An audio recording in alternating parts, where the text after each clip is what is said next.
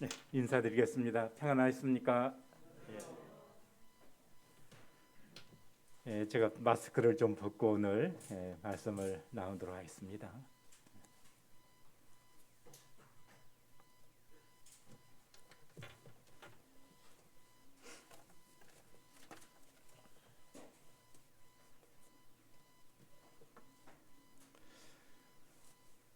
사회하시는 우리 형제님께서 이제 내일부터는 야외에서는 마스크를 벗을 수 있게 됐다는 광고를 하셨죠.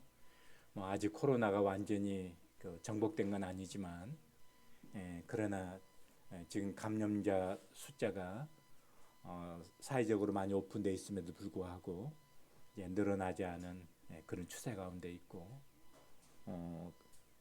그리고 이제 방역 당국의 어떤 과부하도 웬만큼 또 해소가 되어진 그런 상황이라서 특별한 변수가 없으면 점차적으로 완화되는 이와 같은 상황으로 가지 않을까 그렇게 보고 있습니다.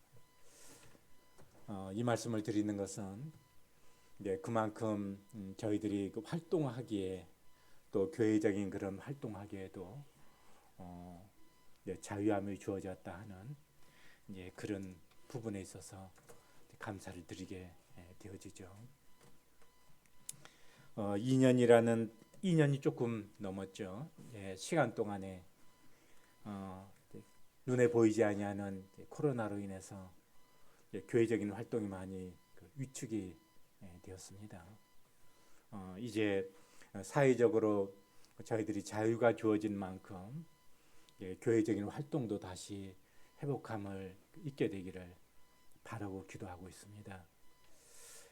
그동안에 저희들이 모이기도 힘들었지만 또 못 모이게 되어지니까 성도들의 그 친교도 이루어지기 어렵고, 또 사람 만나는 것도 주의하다 보니까 복음 전하는 것도 어려워져 있고, 그리고 각 반이나 부서 활동도 여러 가지 어려움을 겪었습니다. 그러다 보니까 정상적인 교회 기능을 활성화하는데 많은 장애가 되었습니다. 이제 저희들에게 이런 부분에서 자유가 부여되었다고 하는 것은 이런 부분에서 저희들이 그동안에 무너져 있고 또 약해져 있는 그런 부분들을 다시 일으켜 세울 수 있는 좋은 그런 기회가 주어졌다라는 걸 생각을 하게 될 때 이런 부분에서 저희들이 환영하고 또 감사하게 되는 것이죠. 우리 느헤미야 1장을 함께 찾겠습니다.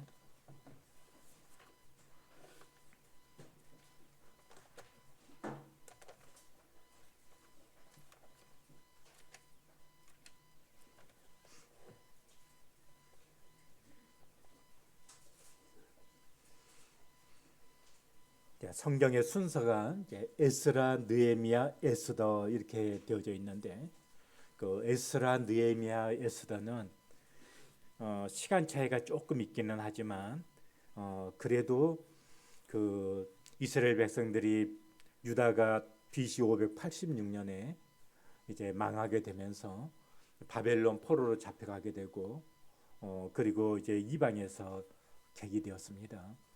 그리고 이제 성전은 무너지게 되고 이스라엘 백성들은 그들이 모일 수 있는 또 신앙적으로 함께할 수 있는 구심점이 되는 이제 성전이 무너졌기 때문에, 그리고 유력한 자들은 다 포로로 끌려갔기 때문에 아주 미약한 사람들만 이제 예루살렘이나 또 유다 본토에 남겨져 있었습니다. 그러나 하나님께서 예레미야 선지자를 통해서 말씀하신 것처럼 이제 70년 그 포로 기간이 이제 차게 되어졌을 때 하나님께서는 바벨론이 나중에 페르시아에게 이제 망하게 되면서 고레스 왕이 이제 정권을 잡게 되면서 그 정치적으로 바뀌게 됩니다. 바벨론은 그 정복한 그런 그 나라들을 이제 고유적인 종교나 또 문화나 그런 것을 인정하는 것이 아니고 바벨론이라고 하는 제국 내에 그 다른 나라나 문화나 그 특성들을 억압하는 그런 정책을 썼었는데, 이제 바벨론이 무너지게 되고 페르시아가 등장하게 되면서 그런 부분에서 변화를 가져오게 됩니다. 그래서 그 민족의 어떤 종교나 또 문화적인 그런 특징들을 또 인정을 하게 되는 그런 이제 정책적인 변화를 가져오게 되는데, 역사에서는 그렇게 이야기를 하고 있습니다. 그러나 성경에서는 하나님께서 그 유다 백성에게, 이스라엘에게 약속하신 대로 그들이 70년이 차게 되면 다시 그들을 이제 부르겠다고 하는 그런 하나님의 약속이 고레스라고 하는 그 페르시아 왕이 등극이 되면서 이루어지게 됩니다. 그래서 70년 후에 이제 수룹바벨이라고 하는 인물을 통해서 이제 귀환하는 그런 백성들이 있게 되어지고, 그리고 이제 70년 후에 예루살렘으로 돌아와서 성전이 중건이 되게 됩니다. 그리고 이제 그 이후에 성경의 순서는 에스라, 느헤미야, 에스더지만 역사적인 그런 시점으로 따지게 된다면은 반대입니다.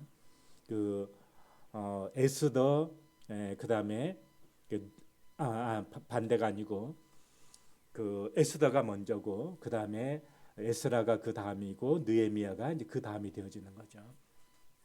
그래서 그 에스라나 느헤미야나 에스더서나 에스라서, 느헤미야서는 몇십 년의 간격을 두고 있지만 그래도 비교적 그 동시대에 있었던 그런 일이다. 페르시아가 지배하고 있었던 그 시대에 일어났던 그런 일들을 담고 있다 하는 것을 참고로 배경으로 이해하시면 좋겠습니다. 그래서 이제 그 느헤미야가 지금 등장이 되기 전에 이미 성전은 수룹바벨에 의해서 성전은 세워져 있었습니다. 그리고 이제 수룹바벨에 의한 1차 규환이 있게 되어지고, 그 다음에 이제 에스라에 의한 2차 규환이 있게 되어지고, 그 다음에 이제 느헤미야를 통한 3차 규환이 있게 되어지는데, 느헤미야가 이제 세 번째이기 때문에 이미 앞에 두 차례에 예루살렘으로 포로지에 있었던 유다인들이 예루살렘으로 귀환했던 그런 사건들이 이미 두 차례 있었다고 하는 것을 배경으로 이해하시면 좋겠습니다. 그 에스더가 왕후가 된 것이 BC 479년으로, 제가 이건 이제 역사적으로 그때로 이제 추정을 하는 것이죠. 그리고 이제 느헤미야가 예루살렘에 이제 도착한 것이 BC 444년으로 추정을 하고 있습니다. 그래서 이제 그 느헤미야가 귀환해 가지고는 성전을 건축한 게 아니고요. 이제 예루살렘 그 성이 무너져 있고 성문이 무너져 있고 성곽이 무너져 있는 이런 부분들을 이제 느헤미야가 귀환을 해서 그런 부분들을 다시 재건하는 그와 같은 일을 담당을 했습니다. 오늘은 1절부터 한 절씩 이렇게 보시면서 저희에게 주신 교훈을 함께 받고자 합니다. 하가랴의 아들 느헤미야의 말이라. 아닥사스다 왕 제 20년 기슬르월에 내가 수산궁에 있는데, 이게 이제 그 느헤미야서의 이제 배경을 볼 수 있는 그런 구절입니다. 이 시기는 조금 전에 말씀드린 바처럼 유다와 그 이스라엘은 그 이전에 이미 아수르에 의해서 BC 721년에 망한 상태이고, 나중에 이제 유다 왕국도, 남유다 왕국도 586년에 멸망을 했기 때문에 지금 상황은 이제 그 유다 왕국 또 이스라엘 왕국이 건설되어져 있는 그런 상황이 아닙니다. 그렇기 때문에 이제 민족적으로는 행복하고 또 축복된 그런 시기가 아니라 매우 어려운 그런 시기인 것을 알 수가 있게 되어지죠. 2절 보시겠습니다. 내 형제들 가운데 하나인 하나니가 두어 사람과 함께 유다에서 내게 이르렀기로 내가 그 사로잡힘을 만하고 남아 있는 유다와 예루살렘 사람들의 형편을 물은즉. 여기 느헤미야의 아버지가 누구인지는 1절에 나와 있고, 여기인데 형제들 가운데 하나인 하나니가 그랬는데, 나중에 그 하나니가 그 성벽이 다 재건된 이후에 그 다음에 이제 영적 그 부흥 운동을 시작을 하는데, 그때 뒤편에 보게 되어지면은 중추적인 그런 그 이 일을 감당하는 그런 인물이 되어집니다. 육신적으로 니에미아의 육신적인 그런 형제라고도 볼 수 있는데, 이제 정확하게 그렇게 말할 만한 그런 근거를 또 제시하기는 조금 어려움이 있습니다. 나중에 그 니에미아에서 뒤편에 보게 되어지면은 이제 그럴 근거를 조금은 찾아볼 수가 있습니다. 아무튼 그게 중요한 것은 아니고요. 여기 그 하나니가 두어 사람과 함께 유다에서 이제 느헤미야를 방문하게, 수상궁에 있는 느헤미야를 방문하게 되었습니다. 그때 이제 그 느헤미야가 묻게 되어지는 것이에요. 유다 사람들은 지금 어떤 형편에 있는가? 지금 예루살렘은 지금 어떤 형편 가운데 있는가 하는 것을 물었다고 하는 것이에요. 이건 우리에게 뭘 나타내 보여주시고 있냐 하면은요, 지금 느헤미야는 수산궁에 있지만 그 느헤미야의 관심은 자기 백성과 그리고 자기 나라에 대한 지대한 그런 관심을 가지고 있다고 하는 것이에요. 그 러시아가 그 우크라이나를 침공을 했을 때 우크라이나와 그 이웃 나라를 연결하는 그런 철도가 아주 만원이었었다고 합니다. 우크라이나에서 이웃 나라로 빠져나가는 그 철도도 만원이고, 이웃 나라에서 우크라이나로 들어오는 철도도 만원이었었는데, 왜 그랬냐 하면 빠져나가는 열차에는 우크라이나가 지금 어려움을 당하고 있으니까 피난하기 위해서 많은 사람들로 그렇게 붐볐고, 그러면은 왜 들어오는 열차는 또 왜 그렇게 만원이었었느냐? 나라가 어려우니까 다시 그 외국에 나가 있는 그런 젊은이들이 또 남자들이 나도 우크라이나로 들어가서 나라를 위해서 내 역할을 감당을 하겠노라고 해서 다시 우크라이나로 들어오고자 하는 사람들로 만원이었었다고 합니다. 네, 그런데 이게 탈출하는 사람들 가운데서 여자나 어린 아이가 이제 가는 것에 대해서는 누구든지 다 수긍하는 일인데, 그 가운데는 이 젊은 남자들이 여장을 하고서 그렇게 탈출하다가 붙잡히게 되어지는 그런 내용들이 이제 그 기사화되어져서 인터넷에 보도되고 있는 그런 사항을 본 적이 있습니다. 그러니까 그들 가운데서 어떤 사람들은 안 들어와도 되는데 자기 나라와 민족이 어려움을 겪게 되어지니까 나는 우크라이나인이다. 그리고 내 조국은 우크라이나이다. 그래서 자기는 외국에 그냥 그대로 있으면은 위험을 모면할 수 있고 돈벌이도 문제가 없는데, 그 모든 것을 접어두고 이제 자기 나라와 자기 민족과 함께하기 위해서 들어오게 되어지는 것이죠. 그것이 무엇입니까? 나는 누구인가라고 하는 자기 그 정체성에 대한 그런 문제가 되어지는 것이죠. 우리는 성경을 보게 되면 그 출애굽기나 민수기에 보게 되면 이런 표현이 나와요. 이스라엘 백성들이 애굽에서 이제 그 나왔을 때 순수하게 이스라엘 백성들만 나온 게 아니고 그 가운데는 수다한 잡족들이 함께 그 이스라엘 백성들과 함께 섞여서 이제 애굽을 나왔습니다. 그런데 광야에서 이제 어려움이 있게 되어지니까 어떤 일이 있게 되어지냐면은 그들 가운데 섞여 사는 무리가 탐욕을 품음에, 그렇게 표현이 되어져 있습니다. 그러니까 이스라엘 백성들도 그 분위기 속에 같이 휩쓸려서 모세와 아론을 원망을 하고 또 그들을 애굽에서 인도해낸 하나님에 대해서 이제 왜 우리를 애굽에서 인도해내서 광야에서 이 고생을 시키는가 하고 원망하는 말을 하게 되는 것을 보게 되어집니다. 왜 그런 일이 있게 되어지냐 하면은요, 처음의 시작이 그들 중에 섞여 사는 무리가 탐욕을 품음으로 시작이 되어졌어요. 그들은요, 이스라엘 백성들은 약속의 땅에 대한, 우리는 히브리인이고 이스라엘 백성이기 때문에 그 고생을 한다 할지라도, 광야에서 고생한다 할지라도 어떤 의식을 가질 수 있죠? 우리는 히브리인이다. 아브라함과 이삭과 야곱의 하나님, 그 하나님이, 우리 조상의 하나님이 우리의 하나님이고 우리와 함께하는 하나님이고 우리를 약속의 땅으로 인도하시는 하나님이신데, 섞여 사는 우리는 그 정체성에 있어 가지고 문제를 가져올 수가 있는 것이죠. 마찬가지로 교회 안에서도요, 정말 거듭난 그리스도인들은 어떤 정체성이 있냐 하면, 나는 구원받은 그리스도이니까, 나는 하나님의 자녀이니까, 하나님의 제자이니까, 하나님의 뜻과 하나님의 영광을 위해서 살아가야 될, 나는 그리스도인이다라고 하는 그 정체성이 있습니다.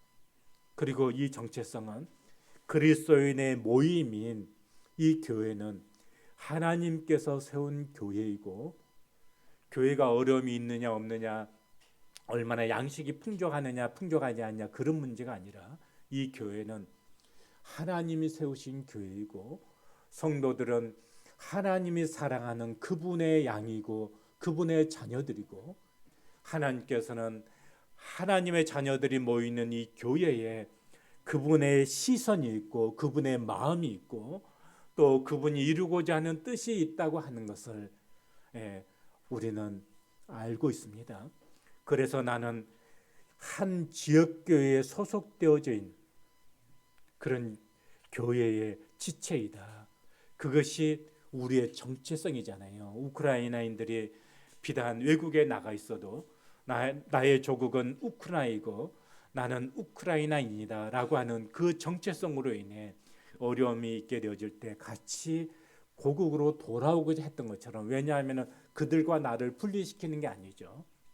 내 조국이 망하면 내가 망하는 것이고 내 민족이 없어지게 되어지면 곧 내가 없어지는 것과 똑같은 것이니까, 그래서 그것이 바로 정체성입니다. 우리는 하나님의 자녀들이고 구원받은 하나님의 자녀들이고, 그리고 묵동교회 우리 하나님께서 여기에서 성도들과 함께 교제하며 섬기라고 나에게 주신 그와 같은 터전이고 교회입니다. 그래서 내가 우연히 그냥 묵동교회에 와서 생활하는 것이 아니고, 언제까지 내가 묵동교회 지체로 있을지는 모르지만은, 그러나 지금 현재 내가 묵동교회에 소속되어져서 함께 섬기는 것은 하나님께서 나를 이곳에 보내셨고 이곳에서 한 지체로서 함께 섬길 수 있도록 불러주셨다고 하는 사실입니다. 그래서 느헤미야는 그의 관심이 유다는 어떤가, 예루살렘은 어떤가 하는 것이 그의 관심이었습니다. 그렇다면은 우리의 관심은 어디에 우리의 관심을 두는 것이 그것이 합당하고 또 관심을 둬야 되는 또 그런 것일까 생각을 하게 될 때, 우리가 그리스도인이라고 한다면 내가 현재 속해 있는 지역 모임의 형편에 대해서 나의 관심이 있어야 되고, 또 성도들의 형편과 사정에 대해서 나의 관심을 둬야 되는 것이, 그것이 우리의 정체성에 부합되어지는 그런 마음이라고 할 수가 있습니다. 느헤미야는 지금 수산궁에 있고, 그는 느헤미야서 2장 1절에 보시게 되면 그는 그 술 맡은 관원장이기 때문에, 여기서 술 맡은 관원장이면은요 대단히 높은 위치입니다. 중요한 위치입니다. 그는 지금 수상궁에 있고 높은 지위에 있기 때문에 그냥 아쉬움이 없는 사람이에요. 그냥 유다 사람들의 행편이 어떤지, 예루살렘의 행편이 없든지 그 느헤미야 개인으로서는 아무런 아쉬움도 없고 그는 현재 지금 잘 나가고 있는 그런 사람입니다. 그런데 느헤미야의 관심은 거기에 있었던 것이 아니고요. 자기 백성과 자기 나라의 그 형편에 대해서 관심이 있었다고 하는 것이죠. 그래서 거기에서로부터 온 그와 같은 그 형제들 통해서 형편을 묻게 되어집니다. 종종 그 요즘 묵동교회는 좀 어떻습니까? 성도들은 참 평안합니까? 하는 그런 그 질문을 받는 경우가 있습니다. 한때 묵동교회에서 생활을 하다가 지금 다른 형편으로 묵동교회를 떠나 있는 성도들을 통해서 그와 같은 질문을 받을 때가 있는데, 그러면 제 마음 가운데 물론 그게 의례적인 인사치 할 수 있는 이야기일 수는 있지만 대화를 잠깐 나누다 보면 마음에 진지한 관심으로 그렇게 물어보는 성도들이 있다는 걸 느낄 수 있잖아요. 그럴 때 고마운 마음이 들게 되어지는 것이죠. 그러나 이제 전혀 그렇지 않은 그런 성도들도 있습니다. 묵동교회에 그래도 한때 그 적을 뒀었는데 그냥 그런 부분들에 대해서 별로 그렇게 뭐 속마음으로 관심이 있어서 그런지는 모르겠지만 표현하지 않은 그런 분들도 있는 것을 경험할 수 있는데, 여기 느헤미야의 관심이 자기 백성과 자기 나라에 관심을 두었다. 그 다음에 이제 3절을 보시겠습니다. 3절을 보시게 되면 그들이 내게 이르되 사로잡힘을 면하고 남아있는 자들이 그 지방 거기에서 큰 환난을 당하고 능욕을 받으며 예루살렘 성은 허물어지고 성문들은 불탔다 하는지라. 듣게 되는 소식은 참으로 그 안타까운 소식을 듣게 됩니다. 자, 여기서 배경으로 제가 말씀을 드렸지만 성전은 이미 건축이 되어져 있습니다. 물론 그 성전이 솔로몬 시대 성전처럼 그렇게 화려한 성전은 아니지만 성전은 건축이 되어져 있었고 1차, 2차 귀환을 통해서 일부 유다인들이 예루살렘에 돌아와 있었습니다. 그런데 나중에 어떤 일이 있었죠? 우리가 그 에스더서를 보게 되어지면은 그 하만입니까? 그 유다 민족에 대해서 적대시하는 사람들에 의해서 위기를 경험하는 것을 볼 수가 있게 되어지잖아요. 그리고 지금 느헤미야서가 기록될 지금 이 배경이 되는 이 상황 속에서 사마리아 총독으로 지금 사료되어지는 산발랏이라고 하는 인물이 뒤편에 보게 나오는데, 이 산발랏은 지금 유다인들에 대해서 적대적인 그런 입장을 가지고 있는 그런 인물입니다. 그래서 지금 성전은 건축이 되어져 있고 일부 유다인들이 돌아와 있고, 그리고 그 유다에는 그 포로로 잡혀갈 때 남겨져 있었던 그런 미약한 사람들, 유력한 인물들은 다 포로로 끌어갔으니까 그런 사람들이 남겨져 있었지만 문제는요, 지금 예루살렘 성벽이 다 무너져 있고 성문들이 다 해파되어져 있기 때문에 이방 그 사람들이 예루살렘에 들어와서 노략질을 하고 어떤 분탕질을 해도 그것을 막을 수 있는 방도가 없었던 거예요. 그렇게 되어지면 이제 애써서 세워놓았던 이제 성전도 어떤 어려움을 당하게 될 수도 있는 그런 상황이 이제 되어지는 것이죠. 안타까운 상황이 되어지는 것입니다. 그리고 실제로 이제 그런 소식을 듣고 있습니다. 4절 보시겠습니다. 내가 이 말을 듣고 앉아서 울고 수일 동안 슬퍼하며 하늘의 하나님 앞에 금식하며 기도하여 이르되, 이것은요, 에이 그래 그런가 보다 하고 넘길 수 있는 그런 일이고, 본인은 지금 수상궁에서 어려움 없잖아요. 높은 지위에 있고, 그리고 뭐 특별히 위험한 상황 가운데 있는 것도 아니잖아요. 그런데 지금 느헤미야는 자기 백성, 자기 나라가 당하고 있는 이 형편을 자기 형편으로 받아들이고 있어요. 그래서 그것이 마음이 아프고 그것이 눈물이 되고 있습니다. 그러니까 너는 너고 나는 나다, 이게 아니에요. 그 외국에서는 정식 결혼식을 올리지 않고 동거하면서 살다가 또 그냥 그게 쿨한 것이 아닌데 또 쿨하게 이렇게 또 헤어지는 그런 동거 커플이 정식으로 결혼해서 사는 커플보다 이제 더 많아지고 있는 그런 추세입니다. 근데 어떻게 아느냐, 이제 그것을 외국에 오신 어떤 분이 이렇게 이야기를 하더라고요. 같은 통장에서 돈을 쓰면은 정식 부부고 각자 통장에서 돈을 쓰게 되면은 동거 커플이 돼요. 그게 뭐냐 하면은요, 그냥 편의상 그냥 서로 지금 같이 동거는 하고 있는데 너는 너고 나는 나예요. 너 벌어서 너 쓰고 나 벌어서 나 쓰고. 그래서 같은 공간에 기거하고 있어도 그냥 너는 너고 나는 나고. 그건 그냥 동거 커플입니다. 그러나 결혼한 커플은 너는 너고 나는 나가 아니고 너와 나는 서로 분리될 수 없는 하나이다 하는 것입니다.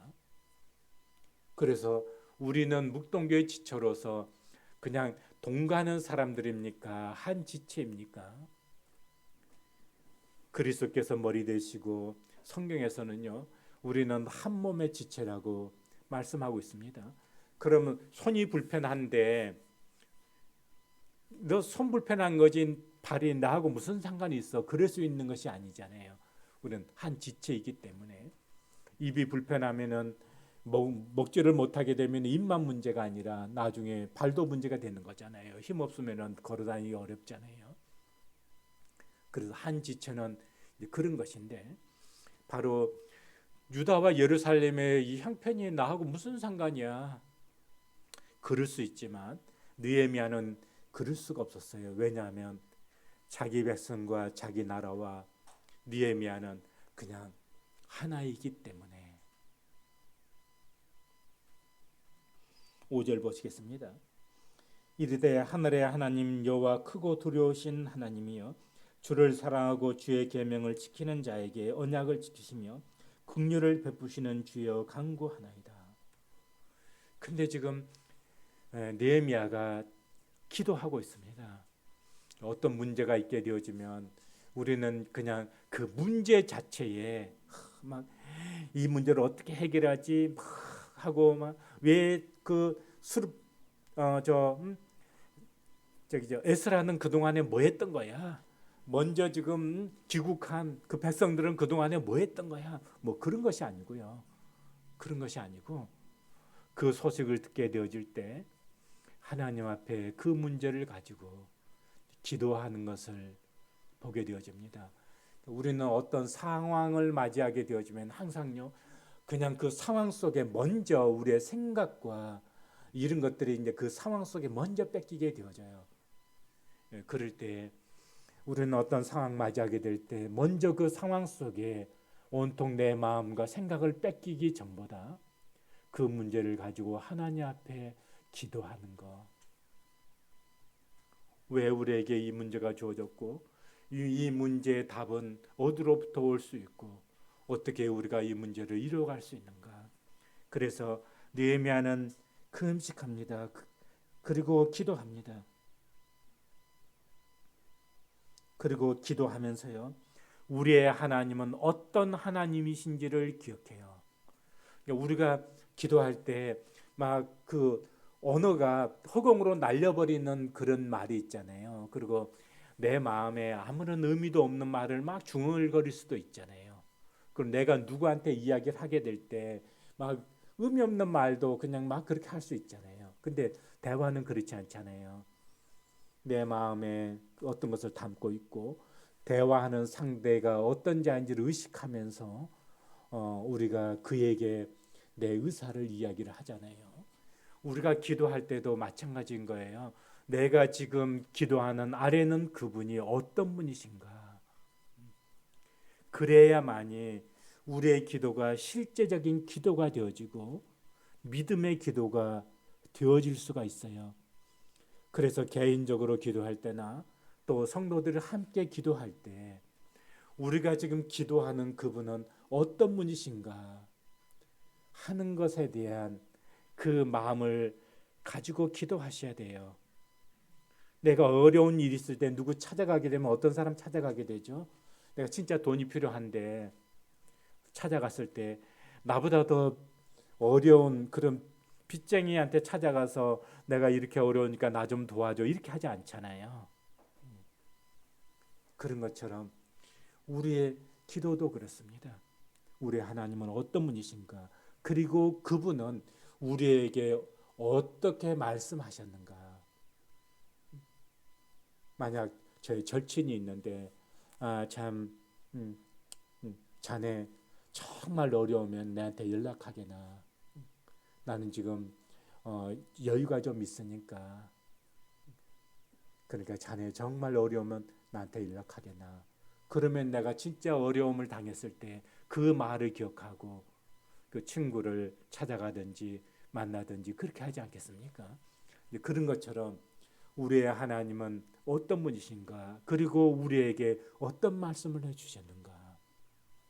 그것을 기억하는 것입니다. 그래서 기도할 때도 그것을 생각하면서 기도하세요. 우리 하나님은 어떤 분이신가? 또 나에게 어떤 말씀을 하셨던 분이신가? 6절 보시겠습니다. 이제 종이 주의 종들인 이스라엘 자손을 위하여 주야로 기도하오며 우리 이스라엘 자손이 주께 범죄한 죄들을 자백하오니 주는 귀를 기울이시며 눈을 여시사 종의 기도를 들으시옵소서. 나와 내 아버지의 집이 범죄하여 주를 향하여 크게 악을 행하여 주께서 주의 종 모세에게 명령하신 계명과 율례와 규례를 지키지 아니하였나이다. 우리 하나님과 앞에 나아가는 데 있어서 늘 하나님께서 내 기도에 응답하시려면 내가 어떤 사람이 돼 있어야 되죠? 하나님의 말씀을 받을 만한 그런 사람이 되어 있어야 됩니다. 누가 와서 저 좀 도와주세요. 그런데 도와주고자 할 때 어떤 마음을 갖게 되냐 하면요. 이 사람이 지금 도박에 빠져 있는 사람이에요. 그런데 도박으로 다 잃고 와서 나를 좀 도와주세요. 그러면 내가 도와주고자 할 때 도와줄 수는 있어요. 근데 도와주게 되면은 어때요? 그거 가지고 또 가서 또 도박판에 가서 날릴 판인데 그럼 도와줍니까? 안 도와줍니까? 안 도와주죠. 그런데 이 사람이 정말 내가 지금까지 이렇게 해서 재산을 다 날렸습니다. 그리고 이런 과정을 거쳤습니다. 절대 그러면서 그 완전한 회개의 모습을 보게 되어지면 도와주고 싶은 이제 내가 도와줘도 그 도와주는 뜻이 이루어질 수가 있으니까 하나님 앞에 나아가게 될 때 하나님이 내 기도를 응답해 주시느냐 안 해 주시느냐 그 이전에요. 우리가 그 응답을 받을 만한 그런 우리의 모습인가? 우리의 믿음의 분량이고 우리의 태도고 우리의 자세인가? 우리가 받을 만한 자세가 되어져 있으면 하나님은 응답하십니다. 저는 정말 그렇게 믿고 있습니다. 교회 어떤 일에 대해서도 그렇게 믿고 있어요. 우리가 그 응답할 만한 또 우리가 감당할 만한 그런 믿음과 그런 우리의 자세와 마음이 안 돼 있게 되기 때문에 그 기도가 지연되고 있을 뿐이지. 그래서 기도의 응답은 먼저 우리가 그 기도를 받을 만한 그런 우리의 자세가 되고 있는가 하는 것입니다. 8절부터 9절 10절 쭉 보시게 되어지면 하나님께서 이제 그 백성들에게 이전에 약속하신 그 말씀을 기억하면서 하나님 앞에 아뢰고 있습니다. 하나님 이렇게 말씀하셨지 않습니까? 우리가 잘못을 회개하고 주께로 돌이키면 이렇게 하시겠다고 약속하지 않았습니까? 하면서 그 약속의 말씀을 의지해서 기도합니다. 11절 보시겠습니다. 주여 구하오니 귀를 기울이사 종의 기도와 주의 이름을 경외하기를 기뻐하는 종들의 기도를 들으시고 오늘 종이 형통하여 이 사람 앞에서 은혜 입게 하옵소서 하였나니 그때 내가 왕의 술관원이 되었느니라. 아다사스다 왕 제 20년 닛사르월에 그래서 여기 1장 1절에는 기슬루월인데 여기는 이제 니산월입니다. 그래서 약 4개월 차이가 있는데 이 느헤미야의 마음 가운데 유다와 예루살렘에 대한 문제가 4개월이 지났으면서도 계속적으로 지속되고 있는 것을 볼 수가 있습니다. 그리고 이제 느헤미야는 11절에서 오늘 종이 형통하여 이 사람 앞에서 은혜를 입게 하옵소서 하였나니 그때 내가 왕의 술관원이 되었느니라. 느헤미야가 기도하면서 하나님이 은혜를 주시면 왕을 통해서 지금 아닥사스다 왕을 통해서 내 백성과 또 내 나라와 내 민족을 위해서 어떤 일을 감당할 수가 있겠구나 하는 생각을 하면서 지금 기도를 합니다. 그래서 지금 느헤미야가 이 위치에 앉게 되었던 것이 그때 내가 왕의 술관원이 되었느니라 하는 것은요, 지금 상당한 그 위치에 있다고 하는 거예요. 그래서 하나님께서 나에게 지금 이 위치를 주신 것은 어쩌면은 지금 다른 사람보다도 느헤미야가 그 일을 감당하기에 그래도 이 위치에 있기 때문에 훨씬 유리한 위치입니다. 학사 에스라가 할 수 있는 일하고는 조금 달라요. 에스라는 가르치는 일을 할 수 있지만 그러나 이제 주변의 그 나라의 위협을 물리치고 성벽을 재건하고 성문을 햇받은 성문을 세우는 일에 있어서는 에스라보다는 느헤미야가 훨씬 좋은 위치입니다. 하나님이 나에게 이 위치를 주신 것은 어떤 어려운 상황이 되어지면 그 일에 하나님께서 나에게 은혜를 있게 하셔서 그 일을 하게 하시려고 나를 위치와 이와 같은 환경으로 주신 것은 아닌가 찾아보지 않겠습니다. 나중에 에스더서 보게 되어지면요, 에스더가 이제 아하수에로 왕의 왕후가 되었죠. 그런데 이제 하만에 의해서 유다가 망하게 됐습니다. 모르드게를 통해서 그 소식을 듣게 되어지는데 이제 왕이 부르지 않으면은 왕 앞에 나아갈 수가 없어요. 왕이 부르지 않았는데 나아가게 되면은 자객의 위험도 있고 등등등 하기 때문에 왕이 그것을 면제하노라고 하는 금호를 내밀지 않으면 죽습니다. 그게 법이에요. 그런데 에스더가 부르지 않은데 지금 급한 상황이에요. 왕에게 나아가서 사정을 알아야 되는데 왕이 불러주지는 않고, 그런데 에스더가 죽으면 죽으리이다 하면서 이제 왕 앞에 나아가기로 결정하게 되는데 그 앞에 보면 이런 내용들이 나옵니다. 내가 지금 궁에 있으니까 너는 안전하다고 생각하지 말아라. 만약 너가 나서지 않게 된다면 하나님은 다른 방법을 통해서라도 일을 하시겠지만 너와 내 아비의 집은 망할 것이다. 하나님이 지금 너를 이 위치에 두신 것은 지금 이때를 위함이 아닌지 어찌 알겠느냐. 다른 말로 하면 하나님이 너를 지금 이 위치에 이 환경에 주신 것은 이때 너를 하나님의 목적에 쓰시기 위해서 하심이 아니냐. 그래서 에스더가 죽으면 죽으리다 하면서 왕 앞에 나가서 민족을 구하는 그와 같은 일을 행하게 됩니다. 지금 느헤미야가 바로 그런 것이에요. 그래서 느헤미야는 지금 왕의 술관원이 되게 높은 직급 가운데 있고 늘 왕을 뵐 수 있는 위치에 있기 때문에 왕에게 은혜를 입게 되어지면 그 일을 하고자 하는 마음의 소망을 가지고 있었던 것을 보게 됩니다.